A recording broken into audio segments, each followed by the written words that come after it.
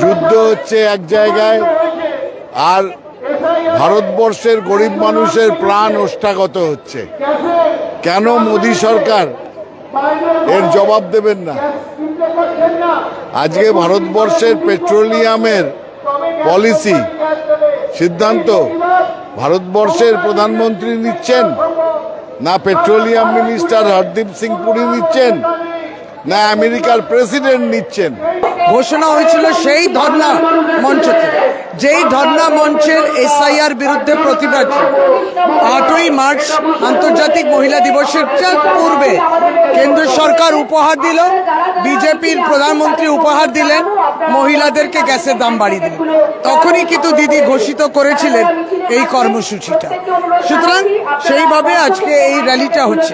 কিন্তু সবচেয়ে বড় বিষয়, হাসপাতালে রুগীদের খাওয়াতে হবে, আইসিডিএস বাচ্চাদের খাওয়াতে হবে, স্কুলে মিড ডে মিলে খাওয়াতে হবে, এইগুলো না চিন্তন করে আজকের দিনেও বলছে আপনি আর আমি নাকি প্যানিক রিয়াকশন করছি।